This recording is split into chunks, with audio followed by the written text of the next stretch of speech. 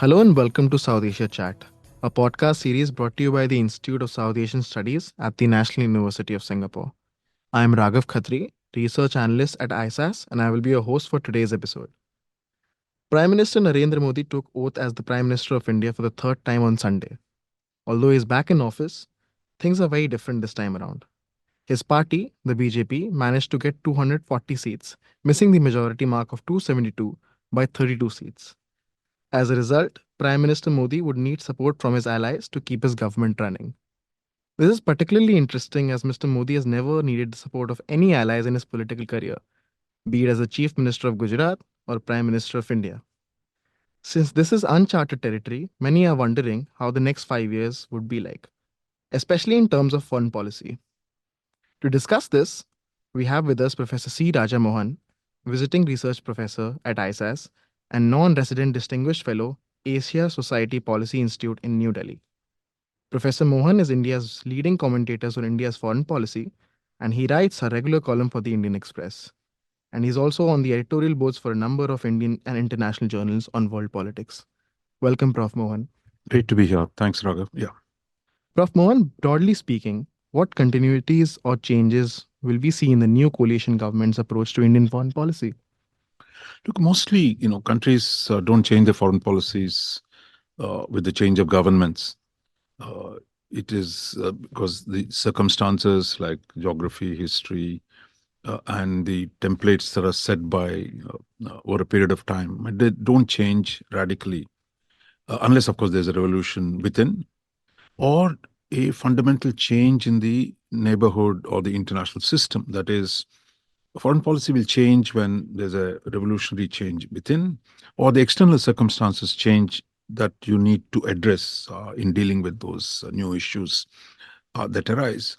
So I think even if Mr. Modi had not come, you could have imagined a reasonable continuity in India's foreign policy, because the broad directions are now set, and my sense is, irrespective of which government is in power, it would deal with the same issues.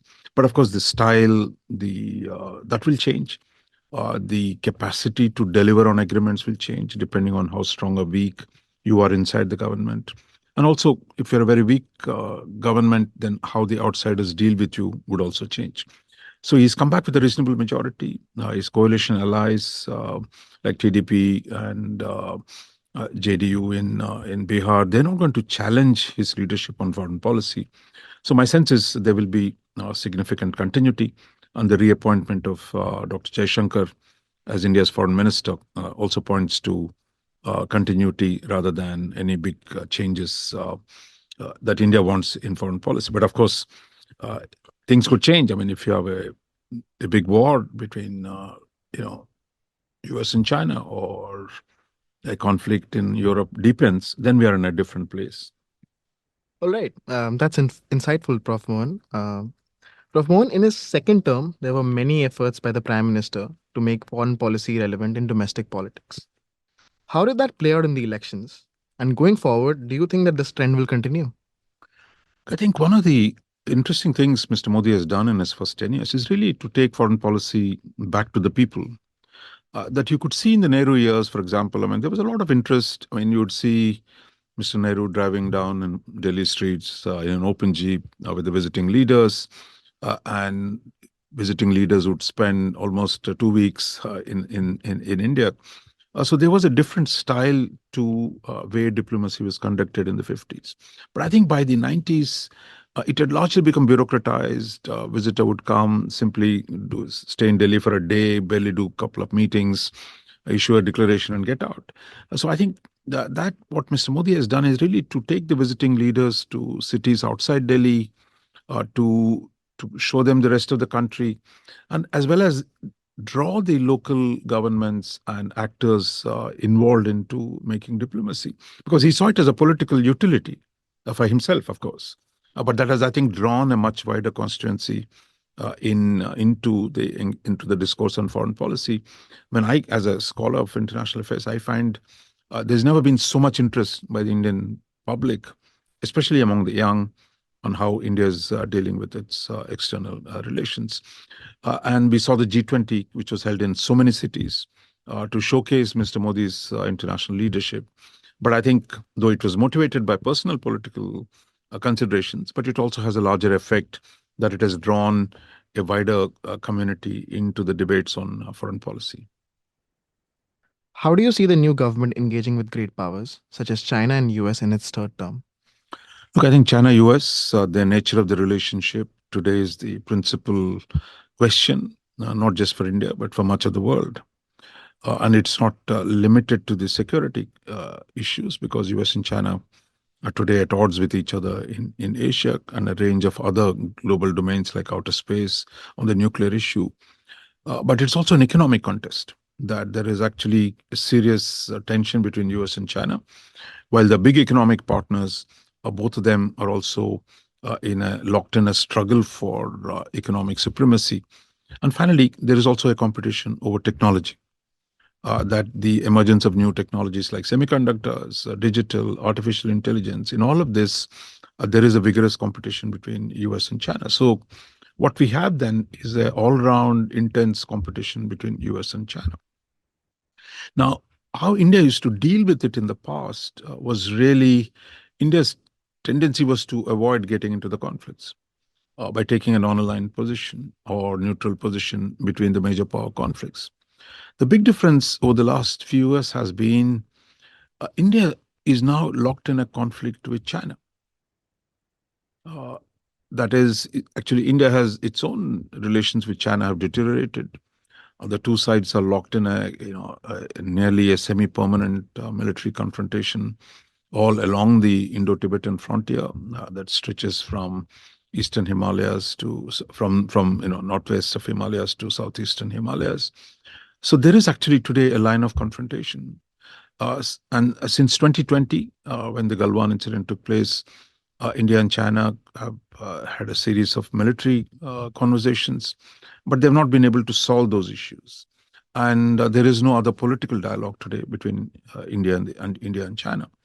And this period has also seen India's relationship with the US significantly improve, both on the security, economic, and technological domain.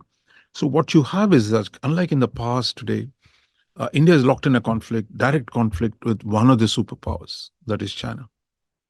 And to deal with the challenge, I mean, you can see India is drawn closer to the US. The US, because of its own problems with China, is also looking to strengthen the partnership with India. So this is a very different situation than the US-Russia conflict during the Cold War, where India was once removed from the direct conflict. It had no problems with Russia. So therefore, it could take a neutral position. But today, you can say, look, I would say India is not neutral. Of course, that doesn't mean India is aligning with the intention of containing China, because India has no intention of containing China. But India is standing up for its own territorial sovereignty, for its own integrity. That provides a basis for US and India to work together. Now, this has also rubbed off the US allies in Asia. The formation of the Quad and its revival in recent years also points to the growing convergence of interest between India and the US and US's Asian allies, and the sharpening tensions between China and India. So I think we are in a new place compared to the Cold War, which the general orientation was predictable and non-aligned. But today, India is in a tense situation with China and a growing and deepening partnership with the US. How to manage this as US-China conflict worsens would be a major question, because India will fight for its own territory, but it does not want to provoke China into conflict. So I think that's a difference. So there is a careful, calibrated management of the US-China dynamic by India. But India also has to deal with another dimension of the great power problem, which is the US and Russia, which have largely been friendly to each other, you could say, since the end of the Cold War, that is in 1991, almost to 2008, 2010. And the Russian occupation of Crimea in Ukraine and its aggression against Ukraine proper in 2022 has put US and Russia, or West and Russia, in a deep, deep conflict. So that, I think, India has maintained its traditional friendly relationship with Russia. So there, I think the problem is the paradigm is very different from how India deals with the US-China conflict. But in the case of US-Russia conflict, I think India has a challenge. How does it take positions, for example, on Ukraine, where India has taken muted positions? It does not want to offend Russia, but at the same time, it does not want to spoil its relationship with the US. So I think this is more complicated. Russia presents a more complicated dynamic, while China paradigm is quite easily understandable. All right, moving on to the other side of the border, we saw a one line exchange between both Prime Minister Narendra Modi and Prime Minister Shehbaz Sharif yesterday on Twitter. What would be India's foreign policy regarding Pakistan and more broadly South Asia? Look, I think broadly South Asia is concerned. We had all the leaders from you had the Maldives, Sri Lanka, Nepal, Bhutan, and Bangladesh present there. With Pakistan, the situation has been pretty grim for the last many years, and the question is how to unfreeze this relationship. Pakistan was not invited for the swearing-in ceremony of Mr. Modi. That's not a surprise given where the relationship was, and I doubt if Pakistan would have actually attended the summit if Mr. Modi had invited them. So, because Pakistan is saying, we don't want to engage you until you walk back from the 2019 constitutional amendments on Kashmir. So, I think the relationship has been pretty cold all these years. But the Sharif government has signaled some intent of improving relations on resuming trade, on revitalizing some engagement. But Mr. Shabazz Sharif, who is the Prime Minister, he's been very cautious. He's very deferential to the army, so he doesn't want to say anything even slightly warm. The positive indicators have come from his deputy, Ishaq Dar, who's the finance minister and now the deputy prime minister.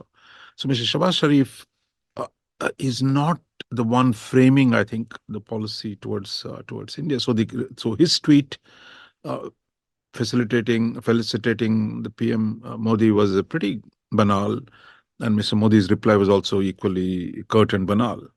But the interesting story is from the very warm tweet that we saw from Nawaz Sharif, who is now head of the party, the older brother of Shabazz Sharif, and also the leader of the PMLN, the ruling party in Pakistan.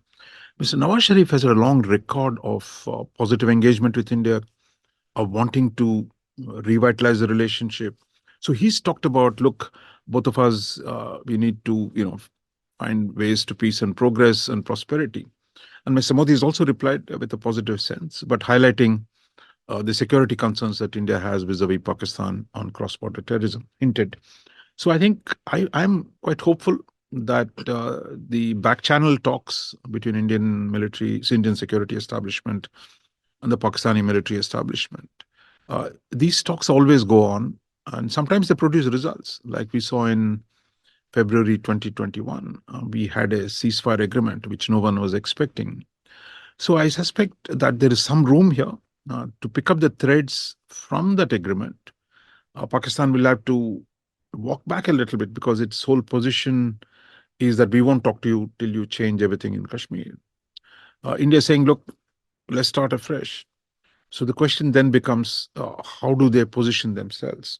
And here again, the back channel talks initially are far more important so that they create the groundwork for political leaders and for the foreign ministers and secretaries to meet.